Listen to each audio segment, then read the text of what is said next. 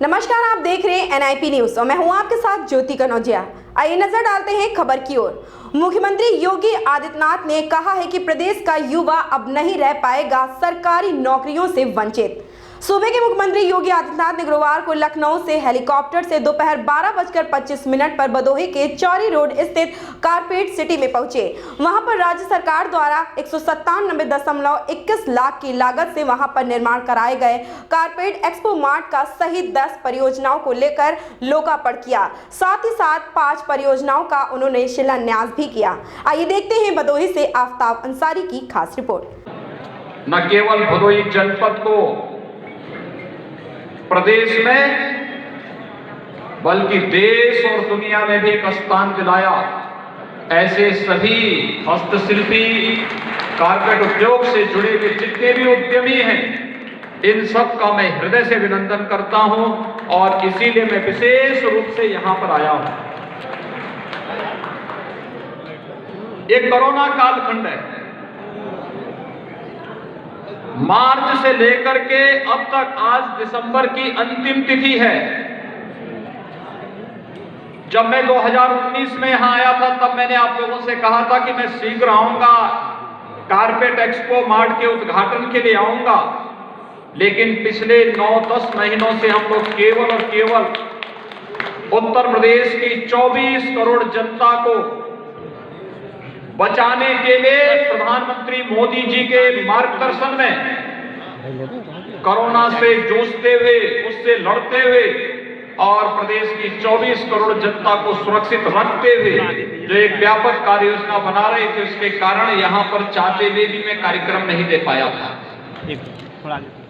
और इसीलिए मैंने जब इस विभाग के मंत्री से, इस विभाग के अधिकारियों से चर्चा की, उन्होंने सहर्ष इस बारे में कहा कि ये तो हमारा तैयार है और हम लोग चाहते हैं कि कारपेट जगत से जुड़े हुए हमारे उद्यमियों के अभिनंदन का साक्षी ये कार्यक्रम बने। अगर प्रत्यक्ष उपस्थिति के माध्यम से कार्यक्रम हो जाए तो बहुत अच्छा होगा। और इसलिए आज मैं विशेष रूप से आज यहाँ के उद्यमियों को, यहाँ के हस्तशिल्पियों को सम्मान देने के लिए आपके भदोही जनपद में आया हूँ, जिन्होंने प्रदेश और देश को एक नई पहचान कारपेट के क्षेत्र में भदोही के माध्यम से दी है।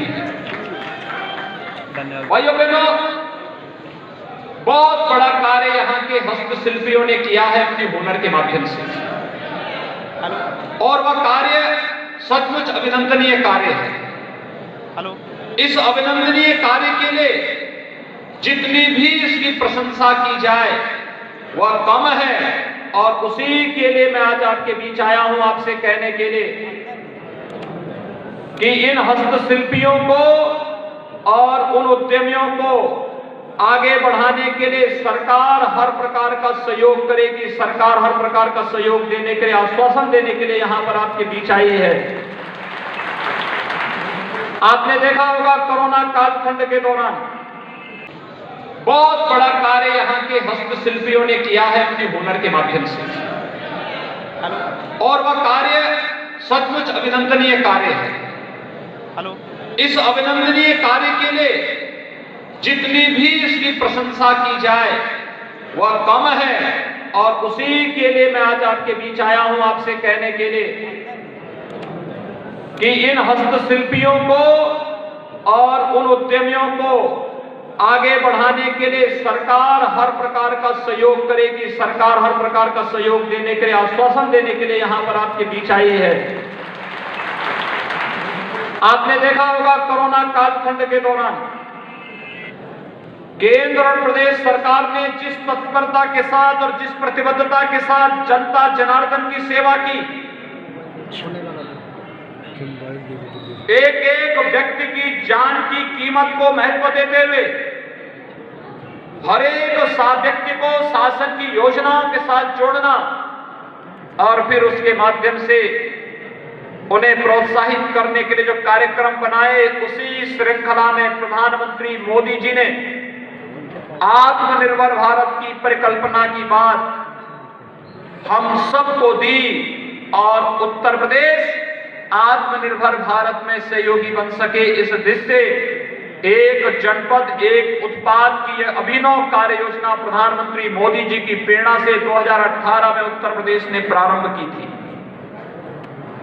एक जनपद एक उत्पाद में अगर हमने वाराणसी के साड़ियों को स्थान दिया, तो भदोई के कालीन को भी हमने प्रदेश के अंदर एक जनपद एक उत्पाद में महत्व दिया, स्थान दिया। और भाइयों बहनों, हमारे पूर्वज बहुत अभिनंदनीय हैं, वे सभी पूर्वज जिन्होंने उत्तर प्रदेश की वर्तमान पीढ़ी के लिए आत्मनिर्भर भारत के माध्यम से स्वावलंबन का मार्ग प्रशस्त किया। वह था, यहां पे हर एक जनपद के पास अपनी एक विशिष्ट पहचान है, और उस विशिष्ट पहचान ने अपने उस उत्पाद के माध्यम से जो विशिष्ट पहचान उस जनपद को दी, वह हमारी अनमोल धरोहर है।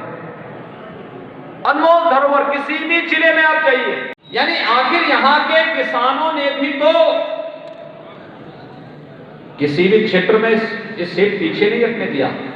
चंदौली का चावल, आज तो चंदौली का किसान एक ब्लैक चावल को भी लेके आ रहा है, ब्लैक राइस भी लेके आया है।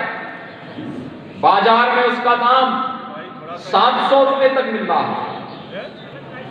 यानी किसान हो, हस्तशिल्पी हो, युवा हो और समाज का कोई भी तबका, उसको प्रोत्साहित करने के लिए आत्मनिर्भर भारत की इस परिकल्पना को साकार करता हुआ यह कारपेट एक्सपो मार्ट अपने आप में इन सभी उद्यमियों और हस्तशिल्पियों का अभिनंदन करने के लिए आज यहां पर खड़ा है। इसलिए इसको लोकार्पित करते हुए मुझे बहुत प्रसन्नता की अनुभूति हो रही है। और यहां की योजनाओं का भी लोकार्पण और शिलान्यास भी हो जा रहा है।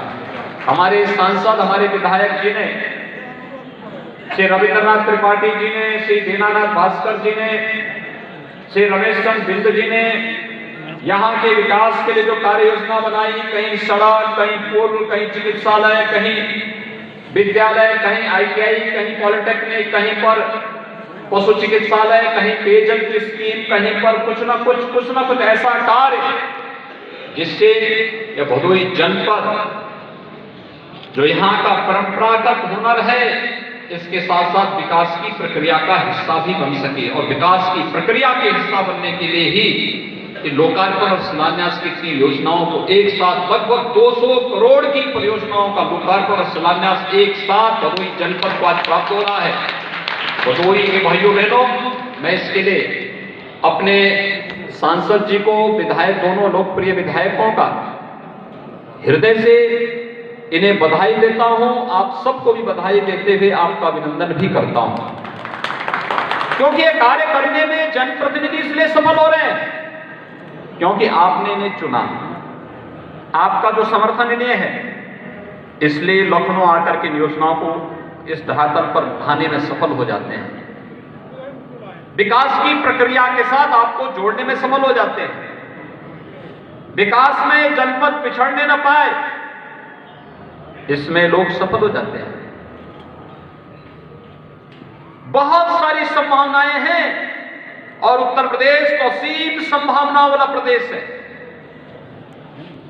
असीम संभावनाओं वाला प्रदेश है। आपने देखा होगा दीपावली के अवसर पर, दीपावली के अवसर पर हर घर में मिट्टी के दीप और गोबर के दीप जलाए गए।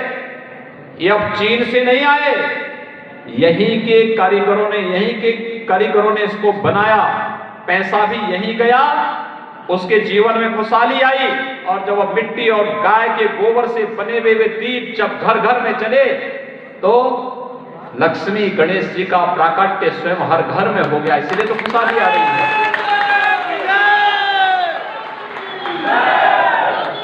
आपने देखा होगा दीपावली के दिन अयोध्या में 7 लाख से अधिक दीप जले और वाराणसी ने तो देव दीपावली पे रिकॉर्ड तोड़ दिया। 30 लाख से अधिक दीप एक साथ जला करके काशी के लोगों ने देव दीपावली के अवसर पर साथ ये साबित कर दिया कि देव दीपावली के दिन स्वर्ग के देवता भी काशी में पधार करके उन्होंने काशी को एक नई पहचान देने का कार्य किया। भाइयों बहनों, आज यही को हम लोग एक नई दिशा में प्रदेश को लेके जा रहे हैं। कितना बड़ा कार्य हुआ है। हर एक क्षेत्र में यह देश 1947 में आजाद हुआ था। 1947 से लेकर के 2014 तक इस देश के अंदर सरकारें क्या कर रही थी? आखिर गरीबों को मकान तक क्यों नहीं मिल रहे थे? गरीबों के लिए शौचालय तक क्यों नहीं मिल पा रहे थे?